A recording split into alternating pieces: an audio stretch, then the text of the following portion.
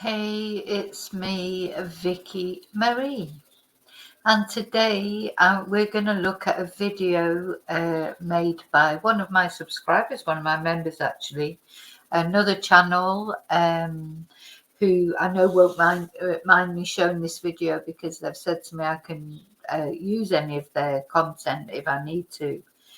Now, this channel, let's have a look at it.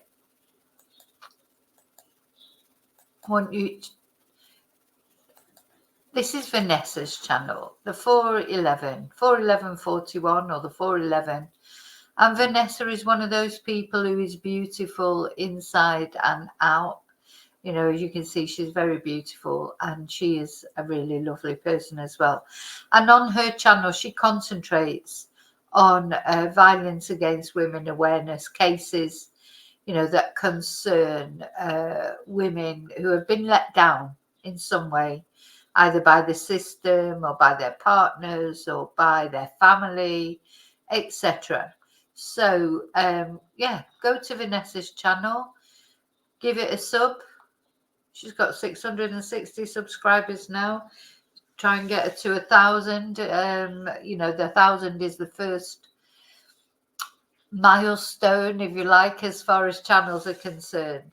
And, you know, I know Vanessa, like me, she works as well full time. So it's hard to keep up a channel and work because channels take a lot of work. But she always makes such lovely videos, I think. That's why I like to use her videos sometimes, because she's much better than me at actually making, you know, putting things together. She's made some really, really interesting videos. But they've always got an important message as well. Okay, so this is what we're going to look at. We're going to look at her video. He's seeking closure. About Madeleine's father has spoken out for the first time. So for any of you who don't know the Madeleine Soto case, Madeleine had just turned 13 years old. She was living with her mother and her stepfather. So her mother, Jen Soto, and her stepfather, Stefan Stearns. Sinister Stefan, because then just after her 13th birthday, she went missing and was unfortunately found a few days later deceased. In the meantime, her stepfather, Stefan Stearns, had accidentally reset his phone to factory settings. It's an accident though, you know, as we all know, you can't do that by accident. In fact, if you want to do it, it's difficult to do. Anyway, of course, he's not as clever as he thinks he is, because the police just could recover everything that was on his phone anyway. And on his phone were many, many images of Madeleine in compromising positions. You know, there's 60 counts have been brought against him, 60 different counts, all concerned with exploitation of a minor, really. We don't know if they're all Madeleine or if some are Madeleine and some are anybody else, but they're very graphic videos, photos. So this man, Stefan Stearns, the stepfather, he has been arrested. He's not going anywhere. He worked at Disney, by the way. He worked at Disney. Anyway, there's a lot of speculation as to whether Jen knew anything about it. Jen Soto, Madeleine's mother. You know, we don't know. No charges have been brought against Jen. And in fact, no charges have been brought against Stefan yet, as far as the murder is concerned. He's been charged with having these horrible images on his phone. So, you know, the police are not rushing to bring charges. They've got Stefan Stearns off. He's off the streets. They're trying to obviously get their case together. And, you know, a lot of people are very speculative about Jen, whether she knew anything. As far as I'm concerned, the jury's out with that. I'm not sure that Jen did know anything. Jen seems to have been on quite a lot of medication. Stefan Stearns seems to have been like your perfect manipulator. He obviously groomed Madeleine over years, but I think he sort of groomed Jen. And not only Jen, the father, Madeleine's father, it turns out he and Stefan were really good pals, so, and right from the beginning, I've been a bit like, well, where's the father? Why is nobody talking about the father? Because it's always the mother. I honestly think the mother always gets all the stick. But, this father, Madeleine's father, married another woman just shortly after Madeleine was born. So he's never really played any responsibility in Madeleine's life. What did he do to help her? That's just me. I just feel, well, you'll see when we watch this interview, or as much as I feel for him, and as much as I feel for Jen that her daughter is gone, but it's both of them that let Stefan Stearns into Madeleine's life in a way, because he was quite pally. Madeleine's father was quite friendly with Stefan. Nobody suspected anything. So the thing is, before people start pointing the finger at Jen, who obviously did let Madeleine down, I agree, but she wasn't the only one who let Madeleine down. Nobody knew what Stefan Stearns was like. Nobody. So I just want to say that here and now. I don't like Jen getting all the blame for everything. Now, if it turns out that she ends up getting charged with something and it results that maybe she did know, that's a whole different matter. But as things are at the moment, we really do not know for certain that Jen had anything to do with this. So we have to wait and see what happens. Maybe that she did. But I'd like to, for me, the jury's out at the moment. And also, Madeleine's father bears some responsibility because he thought Stefan Stearns was a great guy too. So I don't think you can underestimate these manipulators, coercive control and all that. I don't think you can ever underestimate. You think it could never happen to you, you'd never be taken in, or I don't think you can underestimate people like Stefan Stearns. This weekend, Madeleine Soto's father visited the site where his little girl's body was found. And tonight we have more of our exclusive interview with Tyler Wallace. Good evening. I'm Martha Sigalski. I'm Darlene Jones. Investigative reporter Shannon Butler sat down with him to talk about his daughter, her death, and the man investigators have called the prime suspect in her murder but have not arrested. She's live here in the studio with us. And Shannon, quite an interview. Yeah, Tyler Wallace did not put any restrictions on the questions I could ask him, but he did ask one thing of me, to talk about why he had no idea his daughter was going through what she was and why he doesn't want other dads to suffer with the same regrets. Tyler and Tiana Wallace saw Madeleine Soto in October of last year. So, this is Tyler Wallace, Madeleine's father, and his wife Tatiana, I think she's called. And yes, I'm not sure what the family dynamics were here, because literally a couple of months after Madeleine was born, Tyler married that other woman. So I don't know what the relationship was between him and Jen. Was it a one-night stand? Was it just one of those things? I don't know. Year. I've always wanted to see her more. We're supposed to have so much more. Tyler and Tatiana Wallace saw Madeleine Soto in October of last year, and they had no idea it would be the last. She meant everything to us. The couple kept in touch, paid child support, and gave a little extra for things like flute lessons. But because they lived thousands of miles away from Madeleine and finances were tight, they rarely saw her. Was there something? Well, straight away, sorry, I'm going to be a bit critical of this guy, and I do feel for him. Of course, he's lost his daughter and everything, but he might have been thousands of miles away, but there's still things like FaceTime and Zoom, and if you hadn't seen her since October, does that mean he hadn't even spoken to her since October? Why could he not speak to her every week on Zoom or FaceTime or something? Why? So anyway, let's see what he says. Thing that concerned you? Was there a sign? Did you think something was wrong? Not really, no. I didn't know. I just wish she would have told me. We had her in October. Yeah. The other thing you'll notice about this interview, there's quite a lot of sniffing, but not many tears. Sorry, but there aren't. We had her in October, and I just wish she would have told me. I would have taken her away from that. It's something that will haunt her father forever. I just wish I could have seen her more. I wish I could have had her more. And I struggle with that.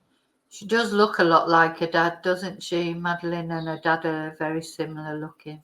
His body was found. He met with Kissimmee police this week about the ongoing investigation into her death. Do you think that Jennifer Soto knows more? I don't know.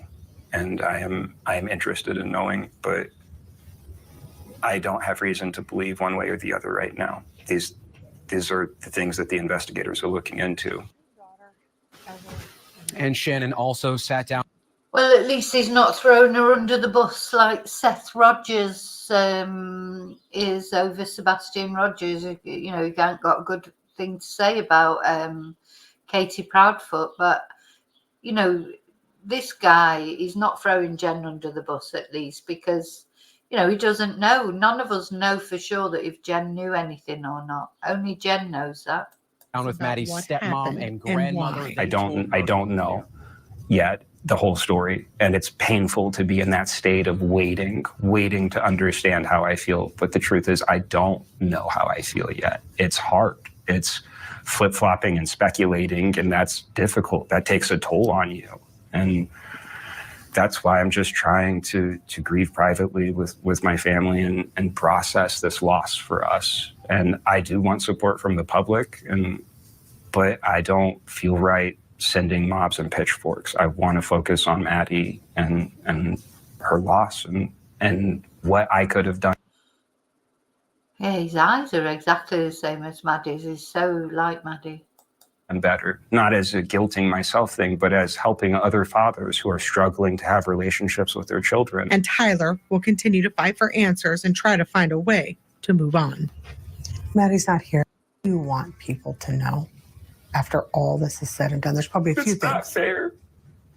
Life isn't fair. You know, I loved my little girl. We were patient. We were taking our time. By our belief, we were doing everything right. And it just happened like this, and there's... Yeah, you know, I'm not happy about this at all because I can't see any tears there. He's gulping and, you know, all upset. But really, where are his tears? No, the rest of her life. There's no the back half. There's no making up for it. There's no improving. It's just done now. On Friday, we told you he was trying to get Maddie's ashes to bring home. His attorney did get those ashes from Jen Soto. Actually, he and his family are headed back home with those ashes and a whole lot of heartache.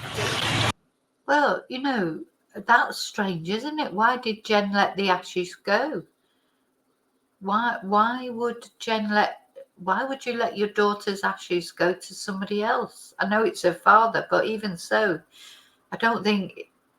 You know, I don't know that I would have let them go. What do you mean bring them home? That's not where she lived. But you know, some of these cases, you just think these kids, who did they have on their side? You know, it's like, so Madeleine had a lot of family around her. But she didn't tell anybody. There was nobody that she felt she could tell about what was happening. It's awful, isn't it?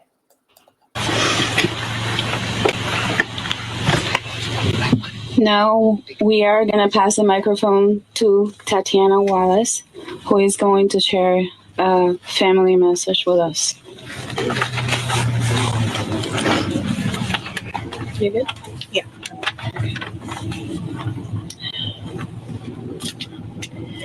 Ladies and gentlemen, tonight as we gather in this solemn vigil, I stand before you not only as a grieving stepmother, but as a woman burdened with the weight of conversation as we shy away from the conversation about sexual abuse. My heart aches as I share with you the pain of losing a child to such a heinous act. It's a reality that no parent should ever have to face, yet here we are grappling with the aftermath of a tragedy that has shattered our lives and our sense of security. In the wake of the devastation, I implore each and every one of you to have the courage to initiate this uncomfortable yet crucial dialogue with your children. Let us not allow fear or discomfort to silence our voices or blind us to the dangers lurking in the shadows. Our children deserve to know that they are loved, valued, and most importantly, believed. Let us teach them to recognize the warning signs, to trust their instincts, and to confide in us without hesitation. Let us empower them with the knowledge and the resilience to protect themselves and their peers. As a community, let us pledge to break the cycle of silence and shame that perpetuates the cycle of abuse. Let us be vigilant in our watchfulness and compassionate in our support and unwavering in our commitment to justice. Tonight, we honor the memory of those we have lost, and we renew our vow to safeguard the innocence of our children. May their spirit guide us in the journey of healing and advocacy. As a daughter, Madeleine embraced her role with grace and warmth, effortlessly weaving herself into the fabric of our family. Despite any challenges she faced, Madeleine approached life with unwavering optimism and resilience. Her laughter echoed through our home, bright. It's just very sad, isn't it? Because no matter what Madeleine was going through, and it turns out, she'd been going through, what she was going through from Stefan Stearns for quite a few years, possibly since she was 8 years old. She still seems to have been, she was always like sunny and bright and smiling. And in the meantime, that horrible man was doing those horrible things to her. But you know what? This is what abusers do. They're clever. He won't have been probably doing it in an aggressive way. I personally think that that's what went wrong after her 13th birthday, that maybe Madeleine finally said no, or finally said that she had a boy that she liked at school. She did, or maybe he just saw she was getting to be more of a woman, and women don't do it for Stefan Stearns, only children do it for him. There's a lot of different reasons, but I think something happened on that 30, birthdays are significant events. A 13th birthday is especially significant. It's like that turning point from a child to a teenager, and, on her steps to becoming a woman. And for various reasons, Stefan wouldn't have been happy with that. And of course, the autopsy has been kept private. So we don't know if she was pregnant or not. Some people speculate about that, but we just don't know. But something significant happened after that 13th birthday, I think. And it, as I say, either an argument because she said no for the first time, or either he just decided she wasn't to his taste anymore, or she was pregnant, or what. There's various things that might have happened. Or he found out that she liked someone at school and he got jealous. But something happened and he's got angry. And of course, he's a great big guy and she was just a little, 5 foot sort of dot. And he's killed her, maybe by accident, maybe didn't mean to kill her. And but it doesn't matter, he still killed her, whatever. So that's personally what I think happened. Something significant about her being 13, I think. And we'll find out one day when they finally... He's not cooperating, by the way. The police have said Stefan Stearns is not cooperating at all. He's not speaking to anyone. Whereas Jen is cooperating.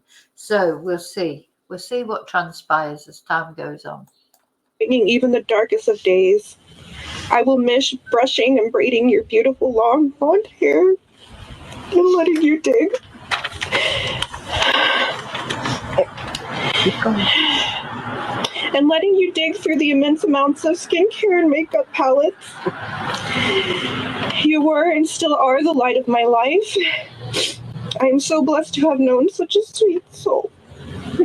You will always be remembered as a young girl running through pumpkin patches, learning to fish, feeding baby goats, and jumping into corn pits. When you would come come and visit us. It's hard to imagine that you're gone. You had just received your gift from Daddy and I.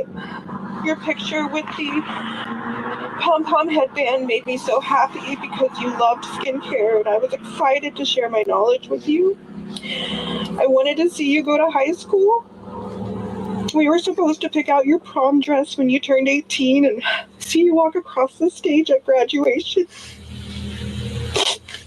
I should just be You genuinely never get upset to there. experience college, engagements, marriage, children, and my heartache knows, my heart aches knowing you will be forever 13. Yeah, forever 13. Now I don't know if Tatiana has got any children of her own. I'll might just Google that now actually. Sorry.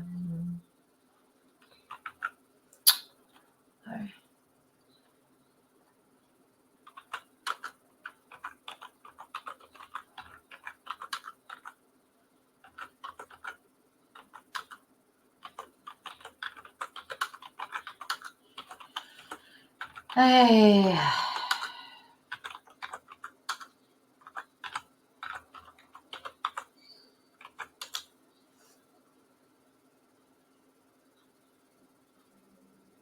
I don't know that they have anyway. I can't see anything immediately here saying that they have children.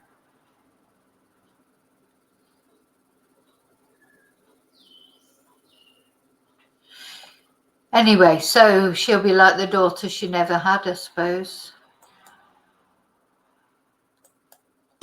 We were robbed of seeing you create such a beautiful future.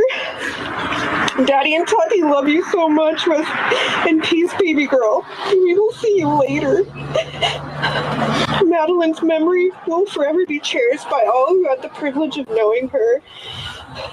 Though she may no longer walk among us, her spirit will live on in the countless lives she has touched.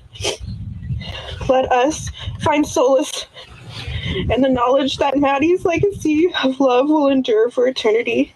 Rest peacefully, sweet Madeleine, knowing you were deeply loved and will be profoundly missed. We will continue fighting for you until we draw our last breath. Thank you so much for everybody who put this together, for my family, and for Madeleine. Thank you so much for the tireless nights that the law enforcement has put together. Thank you.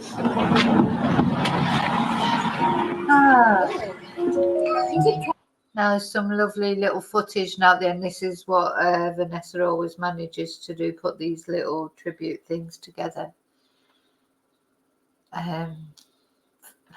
So let's just watch this.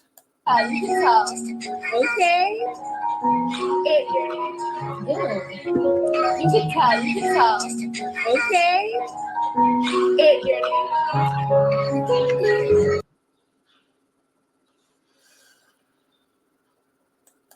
Now you can see here, I think this was on her birthday, wasn't it?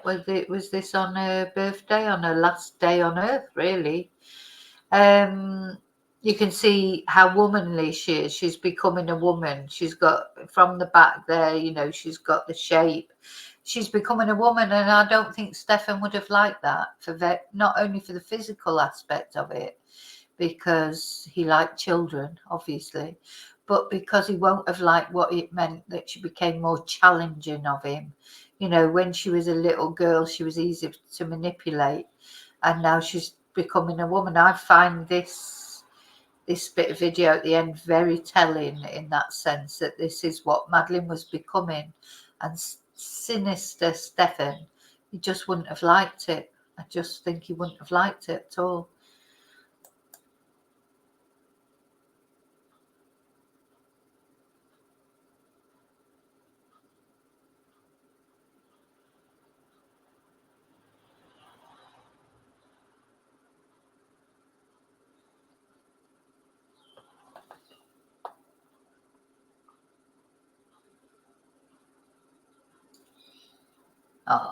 Oh, bless her.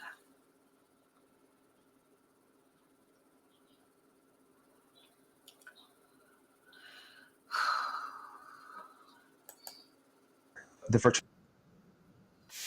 Oh, yeah. As we've said before when we've spoken about Madeleine, if you're a single parent, man or woman, be careful about who you let into your house.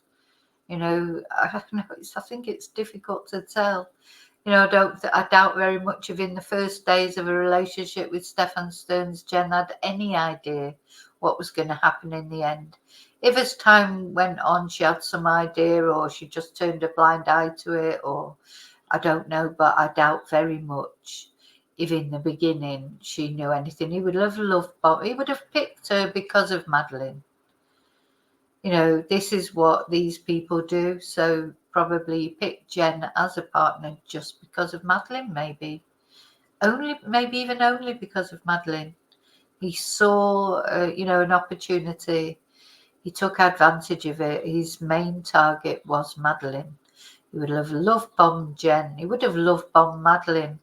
For Madeleine, it wouldn't have felt probably like an abuse because he would have done it in a way. You know, he was buying her presents. He was, you know, he would have groomed her over probably a substantial amount of time. So, yeah, and not only thing is when these people do things like this, these essays, they have to groom the whole family. Really, you know, they're not only grooming the child, they're grooming the mother or the father, depending on who it is, but they're also grooming the grandparents, they're grooming the aunts and the uncles. You know, if tomorrow in your family suddenly someone was exposed, you know, as an essay, like a relative, a partner of one of your family, you know, you wouldn't have seen it. Most likely you wouldn't have seen it at all. You wouldn't have even imagined it in a million years. So, okay, so remember to live and love wisely, carefully. Thank you, Vanessa, for putting that video together. And I'll see you all really soon, as always, in the next video. And until then, may your God go with you. Bye. Rest in peace, Madeleine.